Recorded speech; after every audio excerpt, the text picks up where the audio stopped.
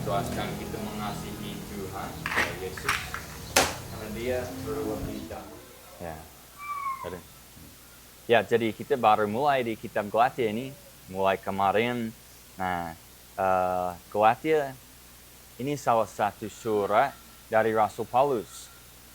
Rasul Paulus itu digunakan secara besar Tuhan untuk memberikan kita banyak ajaran dasar atau doktrin untuk kita yang sekarang di namanya zaman anugerah atau zaman gereja. Kalau kita berbicara zaman atau dispensasi, itu maksudnya ada waktu tertentu dan Tuhan ada cara khusus setiap waktu untuk berurusan dengan manusia. Atau cara Tuhan, mungkin nggak salah kalau kita bilang memperlakukan manusia. Atau cara Tuhan melibatkan tangan dengan manusia. Supaya jelas, ingat tentang dulu saat penciptaan. Nah, jadi Adam dan Hawa ditempatkan di kebun Eden. Nah, setiap petang atau sore hari, Tuhan atau suara Tuhan terdengar berjalan di kebun. Nah, langsung mereka bersekutu dengan Tuhan secara dekat ya, seperti teman. Walaupun kita sekarang dengan iman menjadi teman Tuhan, Tuhan berbicara melalui firman-Nya. Nah, tapi yang dulu itu Tuhan bisa langsung dengan suaranya terdengar mereka berbicara sama Tuhan sebelum mereka berdosa. Nah, setelah berdosa masih Tuhan datang, tapi ada masalah yang muncul. Nah, jadi di kebun Eden setelah penciptaan sampai mereka berdosa, sebenarnya itu satu dispensasi atau satu masa atau zaman. Nah, dan Tuhan itu saat itu nggak perlu namanya diselamatkan karena mereka belum berdosa. Jadi nggak perlu pikir diselamatkan atau enggak. Juga mereka nggak ada nafsu yang jahat, hanya murni. Dari dispensasinya itu kemurnian. Nah, mereka dari hati nurani, dari pikiran seperti Paulus, bukan Paulus seperti nggak ada sadarnya, bukan, atau nggak berpengertian, memang, tapi mereka nggak berpikir jahat dan suci yang atau karena ada pohon. Tuhan sudah menjelaskan itu pohon pengetahuan kebaikan dan kejahatan. Baru saat mereka melanggar perintah Tuhan dan makan buah yang dilarang, baru mereka mengerti apa itu jahat. Sebelumnya murni. Nah, jadi beda masanya. Setelah mereka berdosa, masa atau dispensasi itu berubah langsung.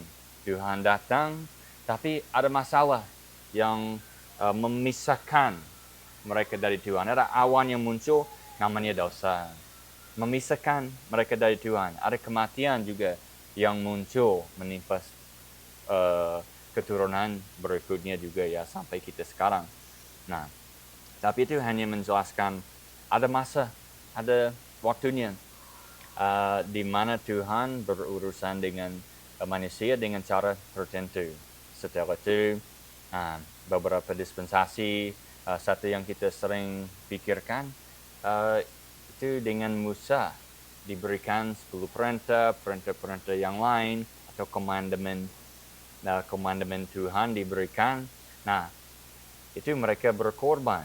Nah, sudah mulai sebelumnya, tapi itu kalau mereka datang menyembah, mereka bangun mesbah pakai batu-batu, lalu domba. Biasanya domba, ada yang lain juga ya. Ada sapi yang dikorbankan, tapi disembelih, darahnya diambil, ada yang bakar itu ya. Nah, bukan supaya dimakan aja seperti sekarang, tapi itu ada yang dilambangkan. Darahnya dipakai, nah, melambangkan bahwa karena ada yang berdosa, yaitu manusia, ada yang harus menanggung. Ada kematian yang terjadi.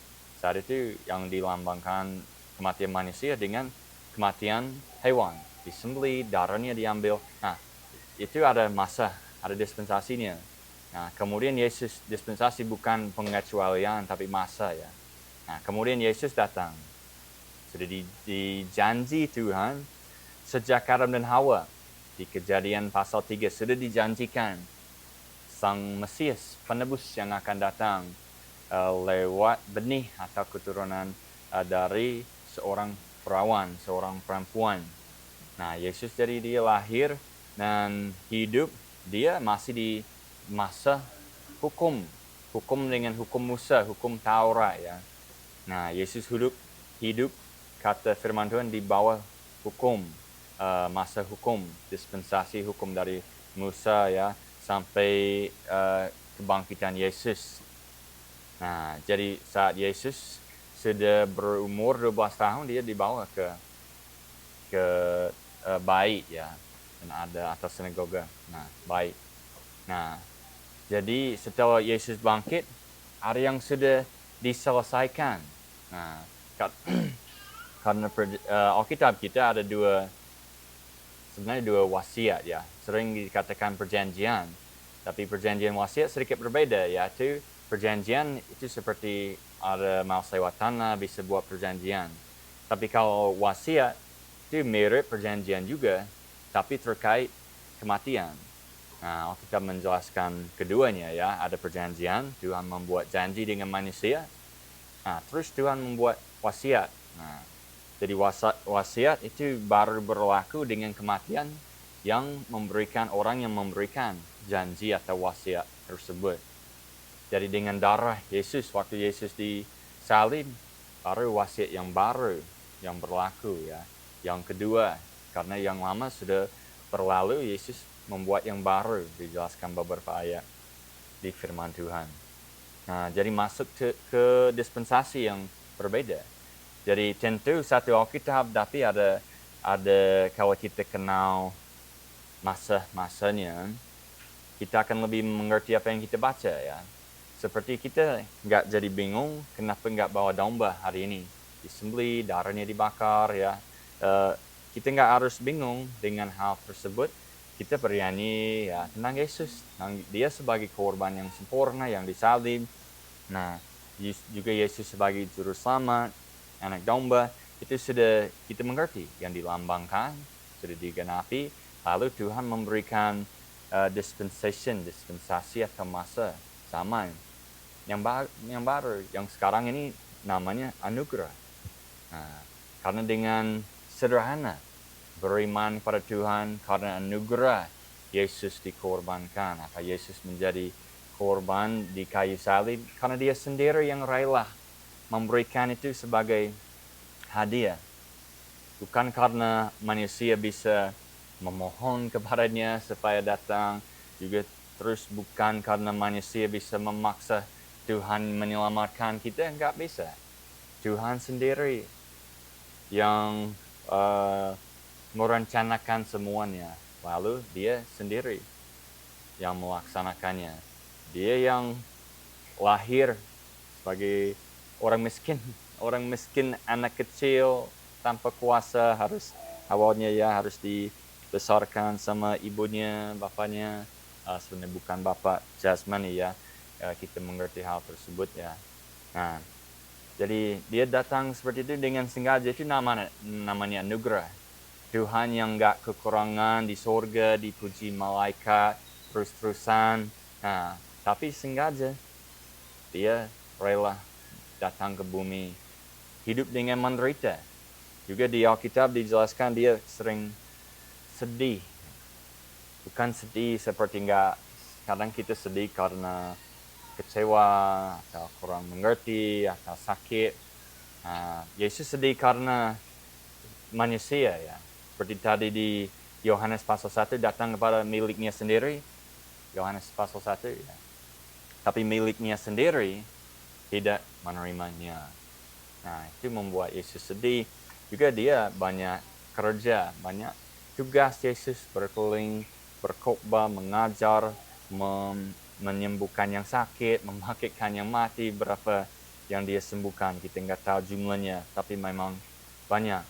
Tapi Yesus sengaja meninggalkan surga, datang ke bumi. Itu namanya anugerah. Jadi zaman ini, zaman gereja disebut zaman anugerah. Di mana kita beriman saja. Bukan dengan, kita nggak butuh patung untuk disembah atau berkebaktian.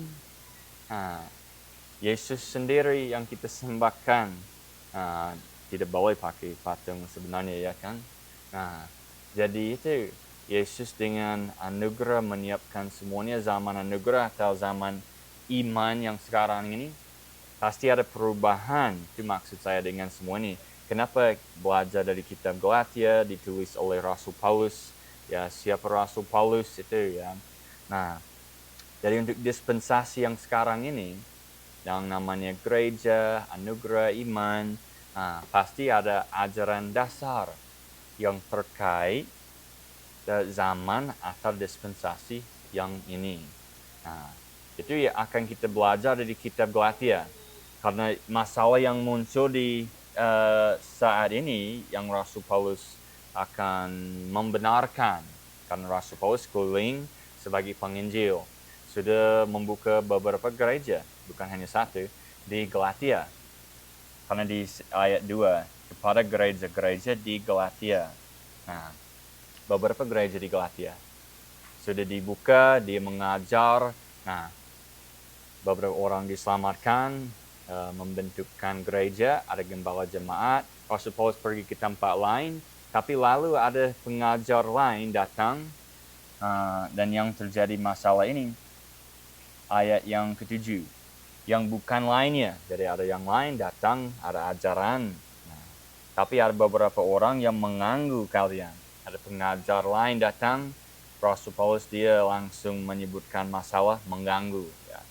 Ada yang lain datang mengganggu mereka dan mau membelokkan Injil Kristus. Jadi dia mau membuat berbeda. Kalau sudah dicampur sama ajaran yang salah. Karena kalau kita menambah apa aja pada Yesus, itu sudah salah. Kalau kita mengurangi dari Yesus, itu sudah salah juga. Karena satu-satunya jalan ke surga Yesus. Bukan Yesus dan kita. Bukan Yesus dan Paus. Bukan Yesus dan baptisan. Bukan Yesus dan roti hosti, ya. Dan perjamuan kudus. Bukan itu jalan ke surga Yesus. Yesus sendiri. Tidak boleh ditambah. Tidak boleh dikurangi.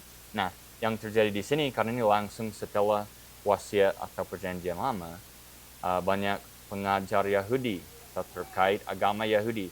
Mereka datang dan mengajar harus disunat, harus ikutin agama Yahudi. Sebagian bersama percaya Yesus, itu yang diajarkan mereka, dengan menambah.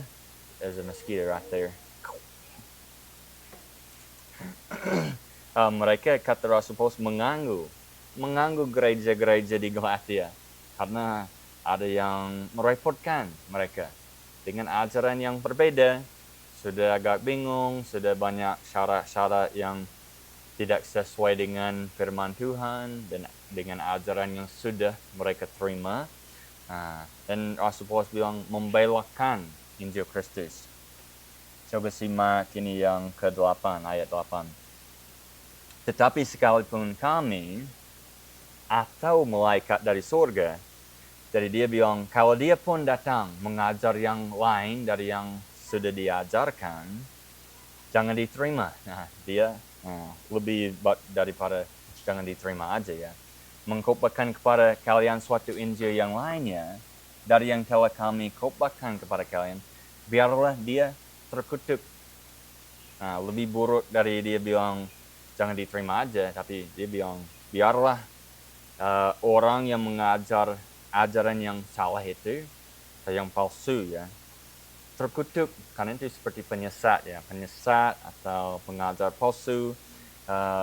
Dia masih mengajar Yesus, tapi bilangnya harus ikut juga agama Yahudi, harus ini, harus itu, supaya menjaga penyelamatan yang sudah diterima. Jadi yang terjadinya, mereka beriman pada Yesus, tapi pengajar datang bilang bukan itu aja, ada sedikit lain, ya, ada tambahan, harus disunat, harus ikut syarat-syarat lainnya dari perjanjian lama. Dengan sebenarnya agak halus, mereka menambah. Rasul Paulus mengajar langsung atau langsung menyebutkan masalahnya, itu membelokkan, sudah berbelok ya, dari jalan yang benar, membelokkan Injil Kristus. Nah, dia bilang, kalau dia sendiri datang dengan wahyu yang baru, dia bilang, biarlah dia yang sendiri juga yang terkutuk. Berarti ya gak diterima sama Tuhan pun juga ya. Yang ke-9, seperti yang telah kami katakan sebelumnya, demikian sekarang aku katakan lagi, jika siapapun mengkhotbahkan kepada kalian suatu Injil yang lainnya dari apa yang telah kalian terima, biarlah dia terkutuk. Jadi yang dia ajarkan di sini jelas.